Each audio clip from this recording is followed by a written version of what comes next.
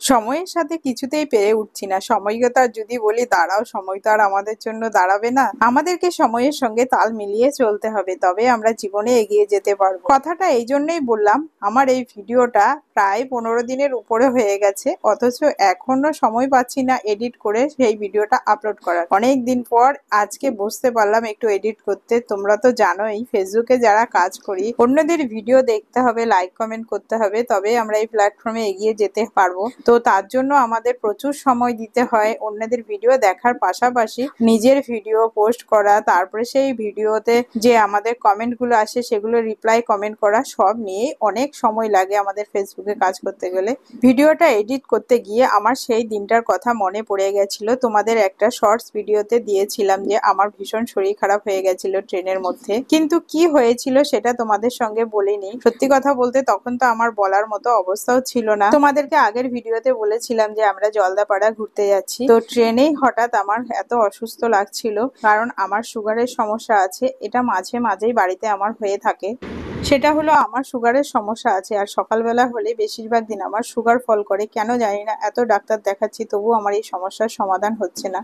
তারপরে আমি যথারীতি কিছু ক্যান্ডি খেয়েছিলাম, একটু ওআরএস টোরেস আমার হাজবেন্ড সব খাইয়ে দিয়েছিল, কারণ তখন আমার কোনো জ্ঞান থাকে না। তো কিছুক্ষণ পরে আমি সুস্থতা বোধ করছিলাম। কিছুক্ষণ পরেই দেখি আমাদের প্ল্যাটফর্ম চলে এসছে, তো আমরা সেখানে নামলাম। কিন্তু নামার পরে এত কষ্ট হচ্ছিল, কারণ ওখানে যেদিন নেমেছিলাম আমরা ট্রেন থেকে, তো সেই দিন এত প্রচন্ড গরম পড়েছিল, মানে ভাবার বাইরে। মনে হচ্ছিল আমাদের এদিকের থেকে ওখানে প্রচুর গরম। সত্যি কথা বলতে সেটা কেন মনে হয়েছিল বলতো, আমরা যেহেতু সারাদিন রাত এসিতে ছিলাম, তো তারপরে যখন নেমেছি তখন মনে হচ্ছিল প্রচুরই গরম। ওখানে কিন্তু এতটাও গরম ছিল না, ওটা আমরা ট্রেন থেকে নেমেছিলাম বলে তাই মনে হচ্ছিল। নামার পরে যখন আমরা রাস্তা দিয়ে যাচ্ছিলাম, আমার বাইরের পরিবেশটা এত ভালো লাগছিল, সুন্দর গাছপালা, এত সুন্দর পরিবেশ, মানে মন জুড়িয়ে যায়। স্টেশন থেকে আমাদের রিসোর্টটা খুব একটা দূরে ছিল না। এই রিসোর্টটার নাম হচ্ছে জঙ্গল বুক রিসোর্ট, তোমরা সার্চ করে দেখতে পারো। খুব সুন্দর একটা জায়গা। তো টোটোতে করে আমরা 10 মিনিটের মধ্যে চলে এসেছি। আসার পর আমার মেয়ে তো কি খুশি, নাচতে নাচতে চলে যাচ্ছে। ট্রেন থেকে নেমে একটাই চিন্তা হচ্ছিল যে আমাদের রিসোর্ট থেকে বলেছিল 2টোর সময় রুম দেবে, কারণ অনেক সময় রিসোর্টের রুম এভেলেবেল থাকে না। আর আমরা আসার পর দেখেছিলাম রিসোর্ট প্রায় ভর্তিই ছিল লোকজনে। তো ফাইনালি আমাদের ভাগ্যটা ভালোই ছিল, আমরা যেরকম রুম চেয়েছিলাম সেই রুমটা এভেলেবেল ছিল, সেটা পেয়েও গেছি। রুমটা ছিল দোতলায়, আর সামনে পেছনে সব দিকে ছিল খোলা। পেছনের দিকটা ছিল সুন্দর জঙ্গল, এত সুন্দর জঙ্গল দেখা যাচ্ছিল, মানে ঢুকেই মনটা পুরো একদম মুগ্ধ হয়ে গেছিল।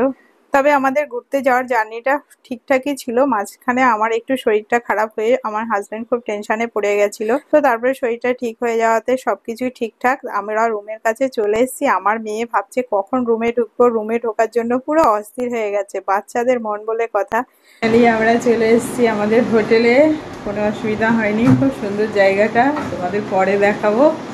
এলাম এবার একটু ফ্রেশ হয়ে নিই। দারুণ জায়গা। এখানের ওয়েদারটা সুন্দর ঠান্ডা ঠান্ডা, এখানে ফ্যান না চালালেও চলে। আমরা সেকেন্ড ফ্লোরে ছিলাম, তবু আমাদের মনে হচ্ছিল ঠান্ডা ঠান্ডা লাগছিল। রুমে এসে আমার মেয়ে হাত পা ধুয়ে উঠে পড়েছে বিছানার উপরে, আর বিছানার উপরে উঠেই চাপা দিয়ে নিয়েছে, কারণ এখানের ওয়েদারটা ছিল সত্যিই ঠান্ডা ঠান্ডা এখানে রুমে থাকলে। তো তারপরে আমরা ফ্রেশ হয়ে খাবার অর্ডার করে দিয়েছিলাম, আর আজকের খাবারগুলো নিয়েছিলাম আমরা প্রথম দিন যেহেতু খাচ্ছিলাম কেমন কি হবে, ওই জন্য বেশি খাবার অর্ডার করিনি। তো আলু ভাজা নিয়েছিলাম, আর একটা পনিরের রেসিপি, আর 2 প্লেট ভাত। তো আমাদের এই ভিডিওটা কেমন হয়েছে